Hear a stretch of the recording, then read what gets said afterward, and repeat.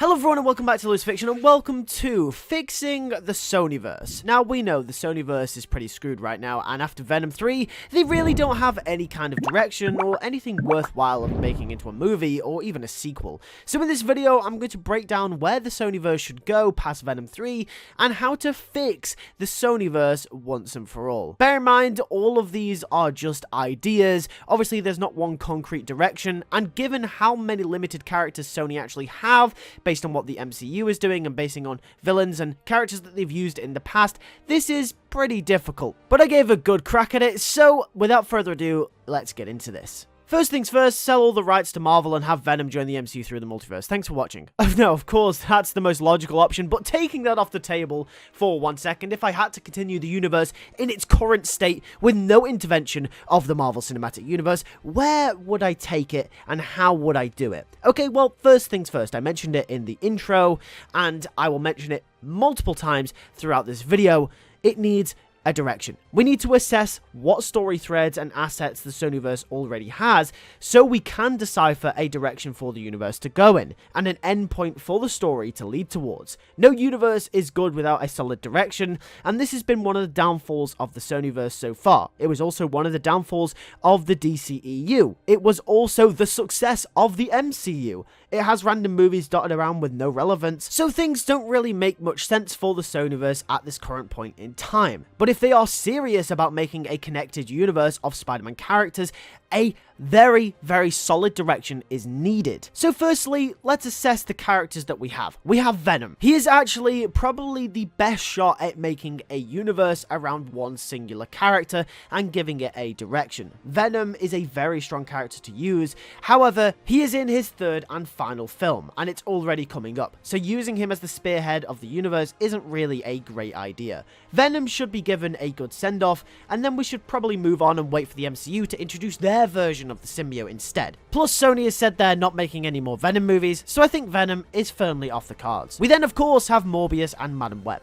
Morbius was a complete flop, and Madam Web isn't even a part of the Sonyverse, so both of them are off the cards as well. That then leaves us with Kraven the Hunter. Now, although Kraven isn't a strong enough character to be a spearhead of an entire universe, he does possess one attribute that may be useful for building an overarching story, and that is, of course, his involvement in the Sinister Six. That's right, the best direction for the Sonyverse to go in is probably the Sinister Six. Now, Sony were already making a Sinister Six movie almost 10 years ago now in the TASM universe, so it's already been an idea that has actually been thrown out on the table, and I don't see why this can't be an idea going forward in the current state of the Sonyverse, starting with, of course, Kraven the Hunter. Assuming that Kraven is at least mediocre to moderately successful, this could actually springboard more solo villain movies with better quality than the likes of Morbius and Madam Web. Sony can start to focus on quality rather than quantity and really map out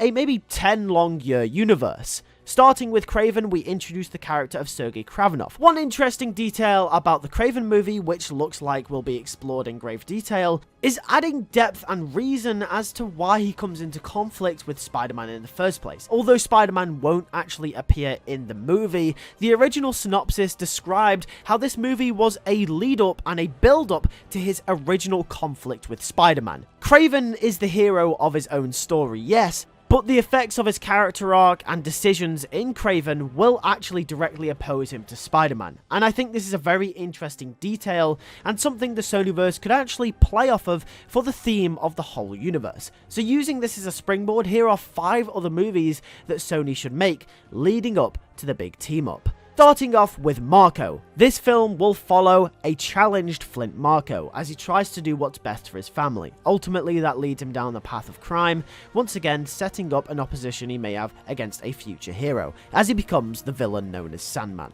The second film will be called Osborn. This will be more of a social network type film, following the rise of Oscorp Industries. The tonality will be different, exploring different aspects of the universe. Not only will this film be a good setting up point for Norman Osborn, a key player in the Sonyverse and a key part of the Sinister Six, but will also be good for world building as well. Most of the films in the Sonyverse up until this point have been very action orientated, but this film will be more grounded and down to earth, and I think that would be really interesting in this movie here. The next film simply will be called Mysterio. This film will explore Quentin Beck through his life as a special effects artist as he turns to crime as the villain Mysterio. I can see this film sort of being like Todd Phillips' Joker. I don't know why, I get that sort of break or be broke vibe from this movie. And also I think that would be a really cool tonality for a movie about a failing special effects artist with the world entirely against him. The next film will be simply titled Black Cat. However, this won't be about Felicia Hardy. This film will follow Walter Hardy. Taking inspiration and loosely adapting Jonathan Hickman's Ultimate Spider-Man, Walter Hardy will be a retired cat burglar when someone starts threatening his family, causing him to come out of retirement. Unfortunately, his actions lead to the death of a cop called Jefferson Davis. This will be an interesting detail we need to keep in mind for later.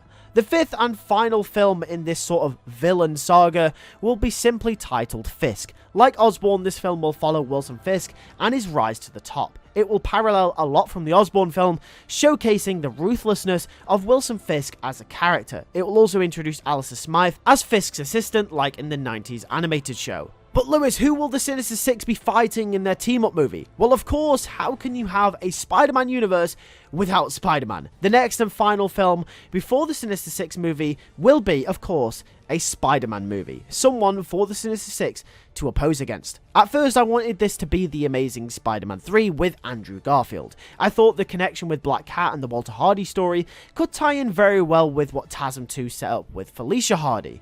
But there were too many ties with previous villains and such, therefore I went with Miles Morales instead. We know Sony has a live-action Miles film in development, so that could be where this fits in. We also know that Miles Morales has never actually been in live-action before, so this could be an interesting jumping-on point for a solo film for that character. Of course, the death of Jefferson Davis is the connection, and that springs Miles into action. The main villain of the film will be the Spider Slayers, as Miles starts to disrupt Fisk's criminal empire. The film will be about Miles getting over loss and accepting his father's death. This leads us very nicely into the team-up film, which of course is the Sinister Six.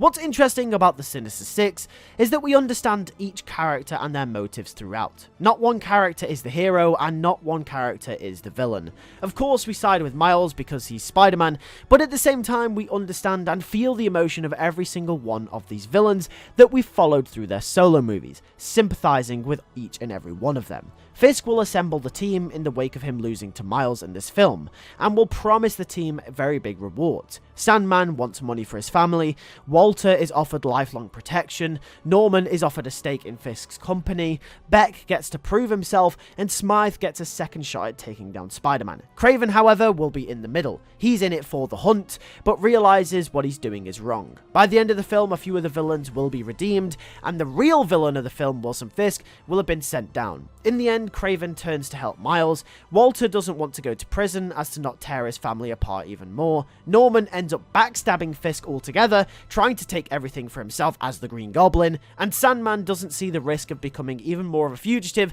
than he already is. Miles gets the satisfaction of defeating the Sinister Six, but reforming the members individually. And with that, that is a direction for the Sonyverse, and how to fix it forever. Of course, after this point, you can then do more movies like a Miles Morales sequel, you could probably do a Felicia Hardy Black Cat movie, tie that in with Miles somehow, I don't know, there are many different opportunities past this point. Now that you have sort of a direction, you have a baseline cinematic universe of Spider-Man characters. Thanks for watching, that is how to fix the Sonyverse. Here are some more videos on the screen right now if you enjoyed this one, and I'll see you guys in the next one. Take care, and peace.